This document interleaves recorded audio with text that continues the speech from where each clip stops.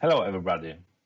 Good morning, or good afternoon, or good evening. Nevertheless, when you are seeing this video, thank you very much for joining.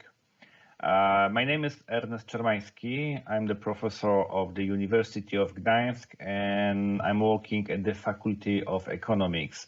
My specialization is shipping economics, port economics, as well as intermodal transport. And for today, I have prepared a webinar on the maritime spatial planning and economy. The aim of the webinar is to make you a little bit familiar with the economic aspects of the maritime spatial planning. Today's topic of this webinar is related to the economical issues and aspects of the maritime spatial planning. First of all, I will try to introduce you to the terminology, economical one, related to both elements. Then I will try to describe some areas of human marine-based activities, which then I will develop on an economical scale and a little bit describe what we are doing and what is regarded to this issue. Then in a few words, I will tell you about the blue growth as sea-based global economy element. And the last but not least, we will try to give you a quantitative overview of the maritime economy. So let's start with the terminology. First of all, basic definition, which is concerning our today's topic, is maritime economy. This definition includes all human activities using the sea and marine sources performed in direct or indirect coastal areas. This means it doesn't matter if the activity is performed directly over the sea surface or in the coastal zone or somewhere in the vicinity of the sea, but is based on the resources coming from the sea. Still, this belongs to the maritime economy. Another definition often used in our business is ecosystem services. An economical value or dimension of this definition regards to the services performed by the environment and the humankind, resulting from the nature and not from the demand. It means this is everything what the environment gives us, totally despite of our call or claim and what we are consuming or not. Then the third definition regards to the blue economy. This is a definition with the increasing use in the European Union and regards all those activities that are marine-based or marine-related. This is quite similar by the maritime economy, but it's a separate definition. What is the reason? Actually, the maritime economy is the definition coming from the theory and from the practice. And the blue economy is coming from the strategic documents of the European Union, which has been issued several years ago and are regarding following three elements. First is all activities spatially located at sea or in the coastal zone. This is the first condition which should be fulfilled to call something what we are doing economically as blue economy. Then alternatively, the second element, all products and all services performed by using resources with marine origin. It means doesn't matter where we are consuming or where we are producing or reproducing or just using sources which have origin on the sea, still this is a blue economy. The last alternative is covering all other human activities related to the sea like Coast Guard or military purposes or hydrological services. This is also research or education purposes. It means it does not generate any ready goods or services for consumers to be purchased, but are very closely related to all what we are doing at sea. So, for example, by preparing investment in wind farms at sea, we have to keep all regulations which are required for keeping safety and security at sea.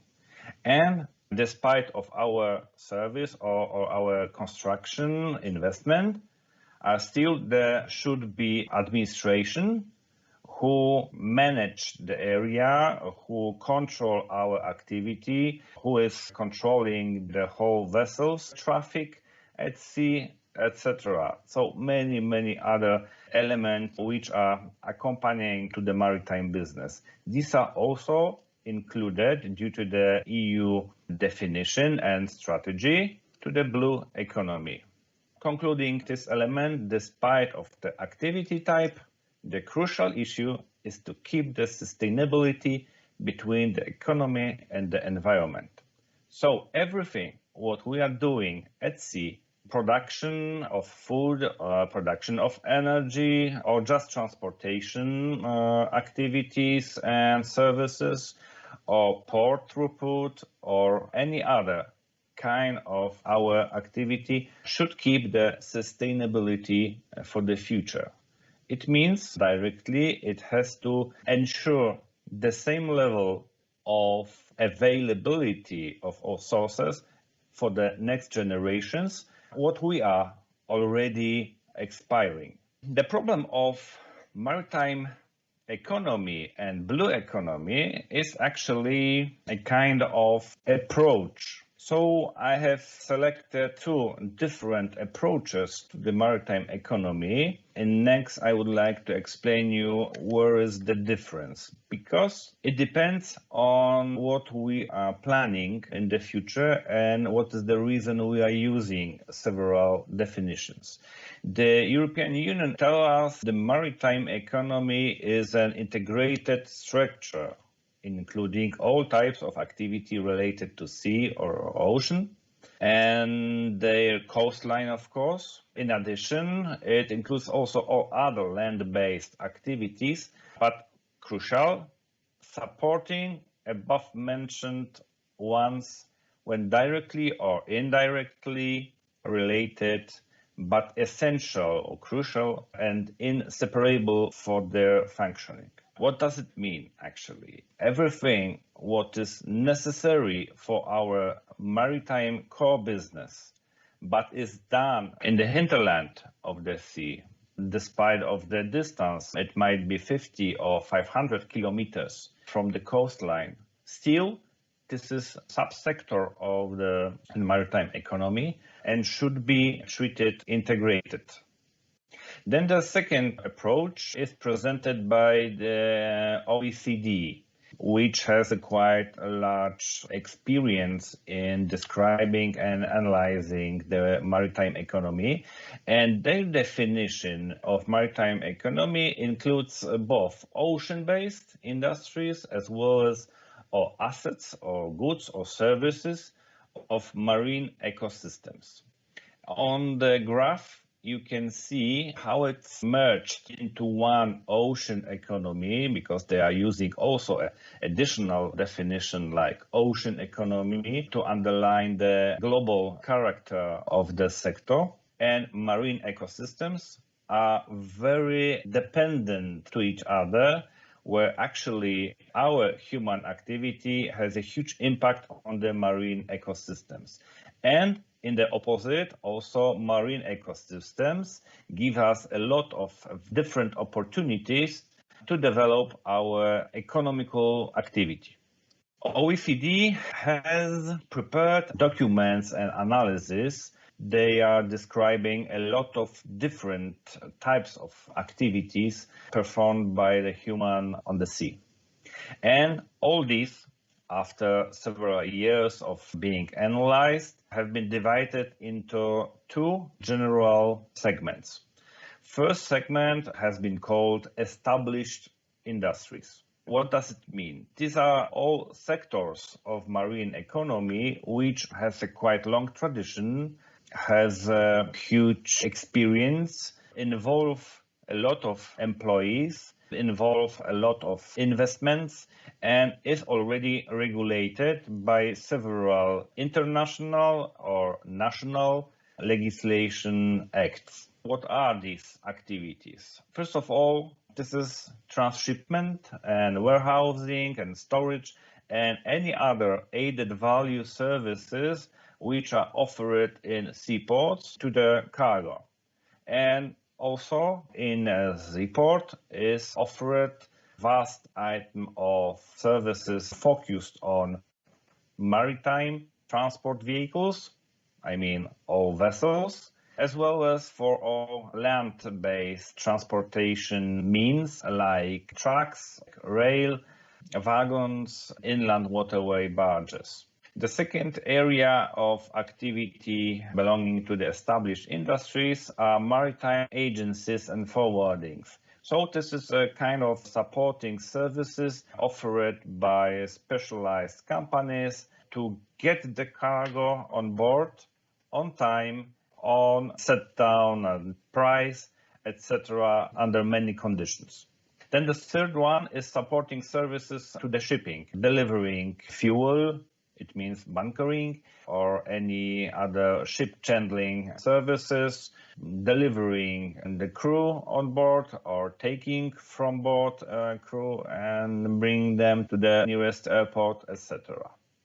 The fourth element is seaport authority, which is dependent on the country, but generally it is about managing the length of the seaport in their administrative borders, to hire specific terminals to operators or to operate themselves, to make an investment strategy, development strategy, to cooperate with the city because the seaports are located mainly in the city centers or in the close vicinity of these cities. So it means a kind of coordination of all activities and all investments which are performed in the seaport. Then the next element is shipping. And here we can express ocean shipping or feeder shipping, coastal shipping, short sea shipping, and cabotage. What does it mean? Actually, all kind of shipping service. Nevertheless, whether this is performed on the ocean, these are the longest distances, or feeder services, which are complementary liner shippings to the ocean ones, or the coastal shipping, which is mainly the same what short sea shipping, but is meant as a short distances performed by ships with rather smaller vessels, and generally for servicing intracontinental trade. And cabotage, the closest or the shortest distance, it is meant as shipping between ports of the same one country. Then, of course, very important sector like shipbuilding, which is connected not only to the construction of new ships, new vessels, but also it requires also ship repairing, modernization, and ship scrapping. Another element is the fishery, which is one of the biggest area of EU employment, because hundreds of thousands of people working daily as fishery, which is also connected very close to fish and other seafood processing. Some of them are done directly at sea, some of them are of course made at the coast. Then fish and seafood wholesale and retail.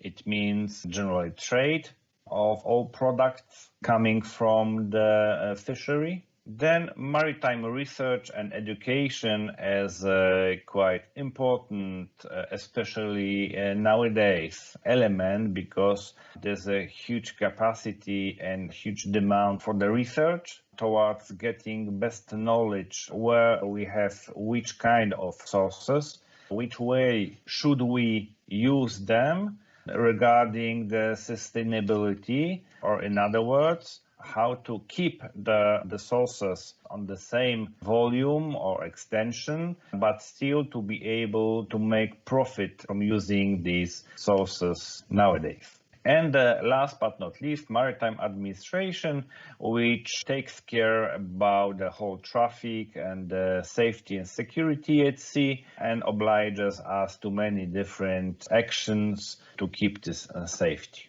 Then we have second segment I have mentioned previously, and this is called emerging industries. In the maritime economy, we can now observe quite strong development of following sectors. First of all, is open water aquaculture, which is, for example, on the Baltic Sea, not well established yet, but in other countries or in other sea basins it is already, and gives us a huge opportunity and chance to keep the nutrition problem to the human being in next future. Then the second sector is deep, ultra deep water, oil and gas extraction, which is, one can say, of course, already existing segment or sector, but this adjectives deep and ultra deep means we are going far away from shallow waters or shelf waters, and are going deep into the sea to dredge the subsoil of the sea or of the ocean to get energy sources for the industry. Then the third element is offshore wind energy. This is also an important, emerging, fast developing sector for keeping or increasing the sustainability in energy sector at the land. Then ocean renewable energy is something different than wind energy, because it's about the tidal and waves energy of the sea. The next one is marine and seabed mining, because in some specific areas we have quite well high efficient resources like mineral or stones or sands or other elements which we are using daily in our industry. Then, of course, the maritime safety and surveillance, which is very closely related to the development of all our activities at sea.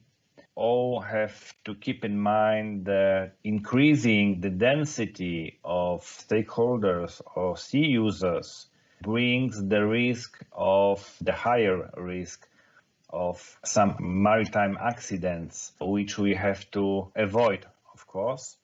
And to avoid them, we have to know all kinds of risks from specific areas or sectors, and then to challenge all of these areas of risk and find out the ways how to avoid and what kind of procedures we have to implement to keep this safety. Emerging sector is marine biotechnology, which should help us in the medicine sector or in the pharmacy, most likely very closely connected also to the research business. Then high-tech marine products and services, which are accompanying elements of all previously mentioned elements, and any others which we will develop in the near future. The same maritime economy we can describe also in a social economic aspect. Here we can discover 6 most important elements basing on social economic. The first one is maritime monitoring and surveillance, because without appropriate monitoring system, we will not be able to keep the surveillance and the safety and security at sea.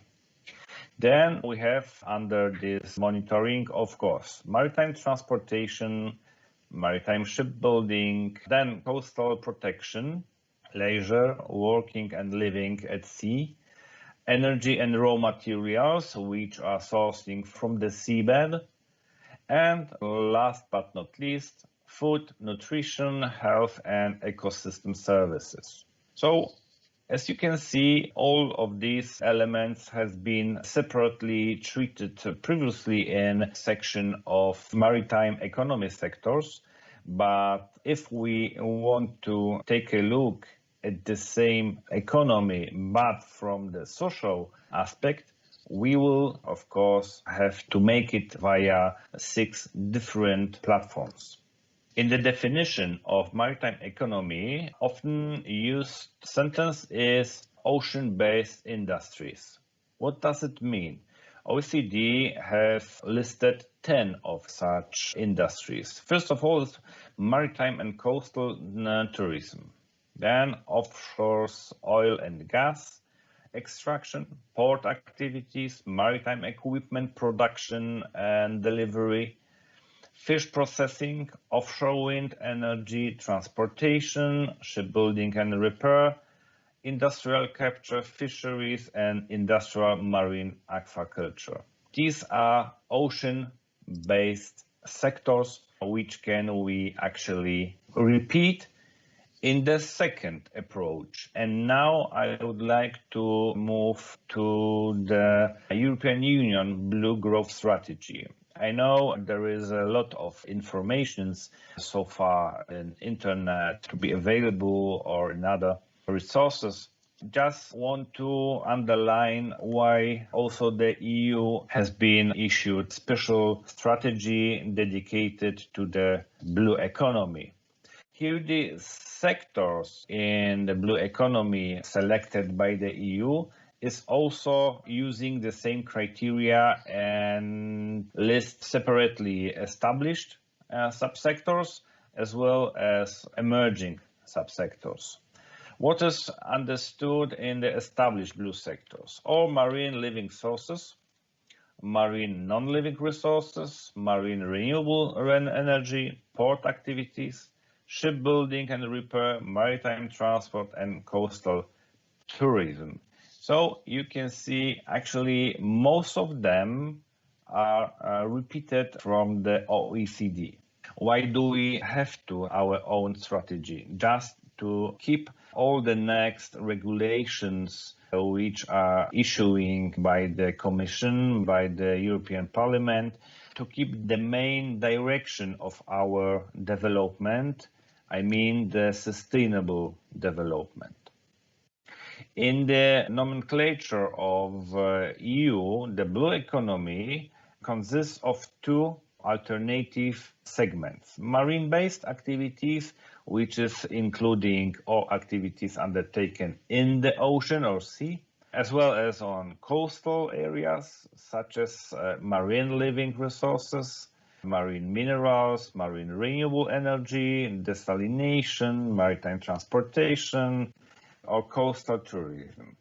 And the second segment is marine-related activities, which are, for example, seafood processing, biotechnology, shipbuilding, repairing, port activities, or different technologies and equipment, as well as digital services.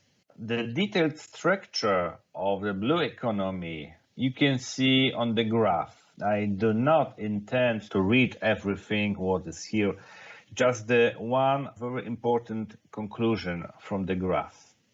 As you can see, the blue economy or the maritime economy is already very wild and multi-elemental economy or part of our economy, has a lot of new or emerging and developing as well as well-established sectors where we can find a nice place for our future activity.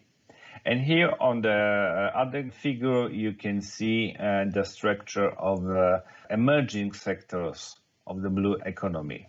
In total, both segments gives us a very important message. There is a really huge alternative for our land-based industry as a place to our future engagement, employment, and our self-development. How can the European Union implement this one? So first of all, the EU has already issued an emission trading system, which seems to be extended also to the shipping, which is discussable very much. But generally, this is one instrument for implementing the sustainability and blue economy development. Then the Marine Strategy Framework Directive, which has been issued to keep the general framework for the development. And here we have the third instrument, like maritime spatial planning. Economic aspects of the maritime spatial planning process can be described by many different sentences. I have actually selected only 3 ones. What is the reason for the maritime spatial planning? At the most general level, the sustainable use of the seas and marine resources, as well as sources sharing. Because since many years, we have observed the increasing number of stakeholders or users of the sea. And generally, I would like to underline this.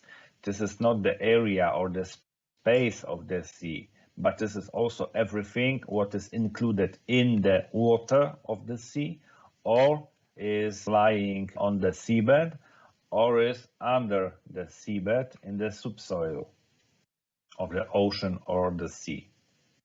So the increasing number of sea users gives the main or the crucial impulse to develop the maritime spatial planning process, and of course all legislative elements which are related to this.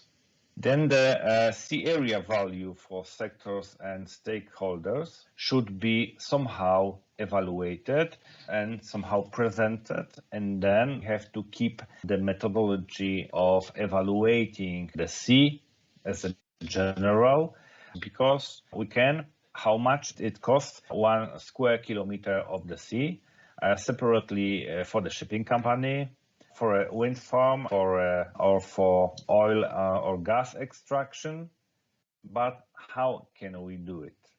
This is a huge challenge for economic science, because no one previously has calculated such elements, such services.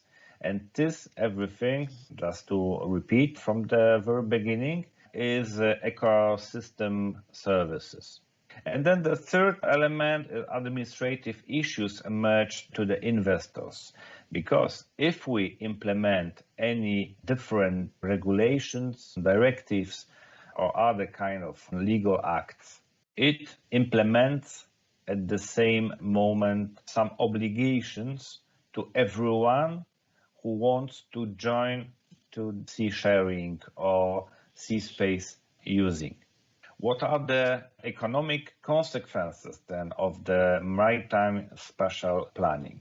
Most important are, of course, for everyone, these negatives or burdening ones. First of all is the element of preparation costs. It takes a long time. Many years were devoted to the preparation of MSP, which has implemented the MSP directive many years ago. So first of all, we have to pay for the whole process of preparation of MSP, then direct or indirect costs of public participation, which has been not paid mostly in all countries, but this was very necessary to keep also their voices to the whole process. Then we can also mention legislation and implementation process and costs, because this is also something what has to be done, and someone has to prepare this, and some sources should be spent therefore to this purpose. Then the fourth element is assessment, monitoring, and modification system in the future. We will be obliged to elaborate and to develop appropriate EU-wide monitoring system. And each 10 years, we will be obliged to verify in the nearest future implemented MSP towards being still sustainable, or maybe towards changing some crucial elements or some strategic elements, or some new goals may emerge in between. So it means this will be something what we constantly will be obliged to keep in our general maritime economy system. And of course, this is related with some costs to be covered. Then we have new administrative procedures and documentation requirements which should be fulfilled. What does it mean? Each investor who would like to start with a new business at sea, nevertheless, which kind of, for example, let's see, wind farms. First of all, he has to be familiar with a huge list of documents and legislation acts, what is to be prepared before getting a concession. Then afterwards, after positive response from the ministry, mostly, he has to prepare a number of analysis of environmental evaluations and other documents which are required to keep the construction permission of a wind farm at sea. Of course, dividing an area between some users is not possible in each case. Sometimes it is limited only to one sector, like exactly for the wind farms or for oil and gas extraction. It means there is no more possibility to pass with vessels. There is no opportunity or possibility to capture fisheries. But on the other hand, it is also possible to find some solutions how to get an added value from limiting a specific area only to one sector. The example of wind farms is quite perfect because constructing wind farms is always related to some solid fundamentals of a wind farm, which could be used also in some specific cases to the aquaculture. So such merged interests should be developed in the future, in the discussion, in the consultation phases, to show the wider capacity of each MSP area, because the practice tells us this is sometimes feasible, but generally huge number of criteria and elements should be always taken into account each specific case.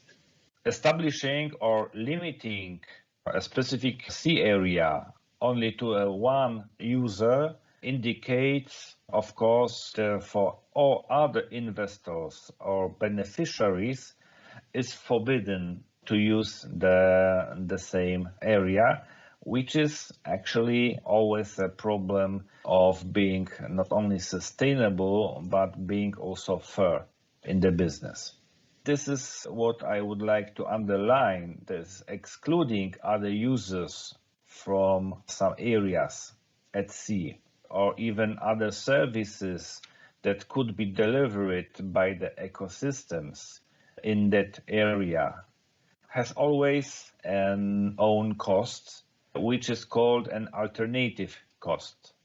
The first option to use the sea by the one company or by one stakeholder means for the other ones always a loss of possible ecosystem services using, or a lost opportunity to produce something.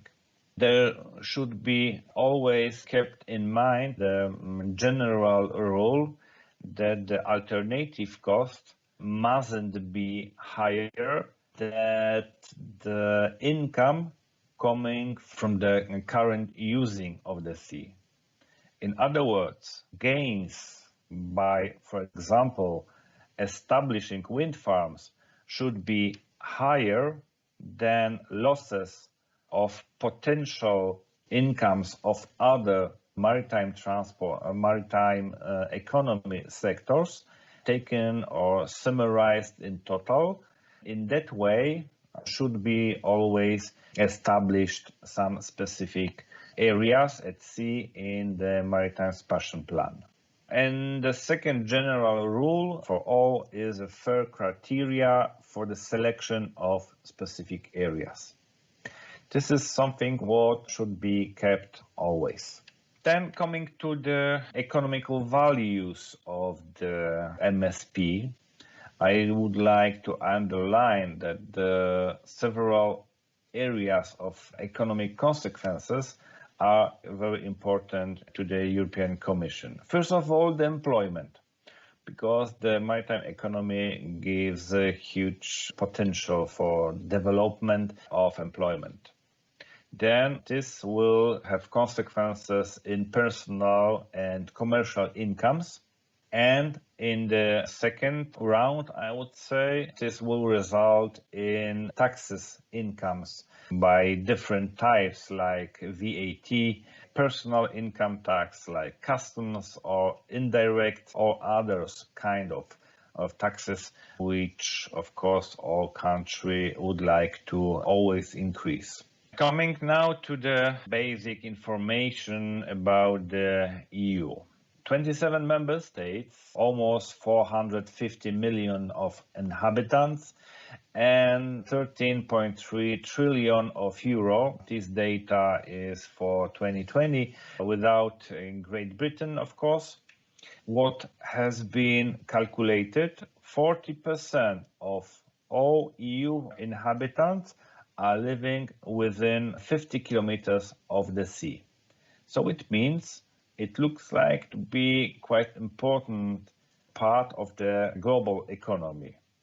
And the European Commission in the last report has informed us that the total turnover of a blue economy in 2018 has reached 750 billion of euro.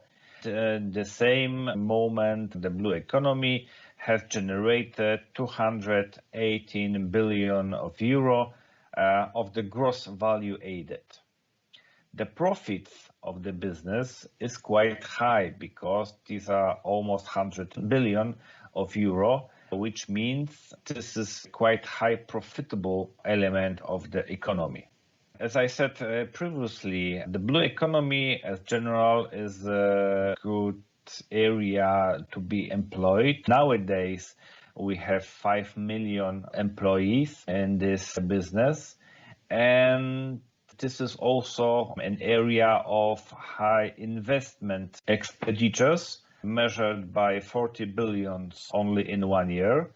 And at the same time, net investment ratio is quite high when comparing to other land-based industries, because 22% of their investment ratio is very, very high. And the annual average salary is a little bit more than 24,000 euro for one employee. But as I said, this is an average value. OECD, in the opposite side, has prepared an analysis, quite detailed, on the share of maritime economy globally analyzed in selected countries. In this table, you can see that the general level or share of the blue economy or maritime economy in the national economy is dependently, in some cases, near 1%, but in some cases can reach 25 or 26, like in Hong Kong or Iceland economies. So it's not a huge element due to the GDP value, but this is quite important element in the employment aspect. The last analysis performed by the European Commission has shown that the last 7-8 years wasn't good for the maritime economy, but last 2 years has shown us very clear increase of employment and gross value added production. We do hope in the future for the continuation of this process. General conclusion from this data is the blue economy is still growing. Coming to the end of the webinar, I would like to indicate some elements which are due to the analysis performed by Angela Schultz-Zenden in 2017, and which is quite interesting in my opinion. Maritime economy sectors with the highest capacity or potential for the Baltic Sea region. And as you can see on the graph, the very high potential is represented by the short sea shipping, by the coastal tourism, yachting and marinas, as well as an environmental monitoring and offshore wind farms. And also two last elements, traceability and security of goods supply chains, which is very closely connected to the general maritime transport, as well as for passenger ferry services. Basically, all elements of shipping are very important to the Baltic Sea region because our typical or exceptional characteristics of the Baltic Sea region is all countries located at the Baltic Sea are cooperating with each other very closely on very high volume. If we take a look on values of yearly trade between Baltic states or Baltic Sea region countries, we will see that we are very important to each other. For example, Poland is trading a lot with Germany, with Sweden. Germany is trading a lot with Denmark, with Sweden, with Finland. In the opposite side, Baltic states like Lithuania, Latvia or Estonia are very closely related to Poland, to Sweden, to Finland. So, in general, the picture is the shipping, both for cargo or for freight, as well as for passengers. And here is also included cruise shipping, is very important element of the maritime economy and is a baseline for all other activities. What kind of implications does it make to the maritime spatial planning? Of course, in each plan should be taken much into account the shipping lines currently existing, which can be observed by the AIS system, a dedicated system which shows us the movement of each specific vessel in each moment. We can say on the Baltic Sea, in 1 second, there are more than 4,000 ships at once. It means, and shipping traffic is very dense and should be very carefully merged with other maritime economy sectors, especially when we want to exclude some areas which are already used by shipping lines, because changing one route of one shipping lines means cost increasing and emission increasing and any other burdens for the shipping owner. Economical aspects of the maritime spatial planning are very complex, gives us a lot of chances for future development, should be analyzed very carefully, always with the wide consultation or public consultations and also with business consultations, because every decision made by the authority has economical consequences to the business and in some cases may close the opportunity to be developed or even to cancel existing businesses at sea. Thank you very much. I hope you get a very brief overview what is economic in the maritime spatial planning aspects. And I would like to invite you also to other webinars in the framework of Seaplanspace project. Thank you very much.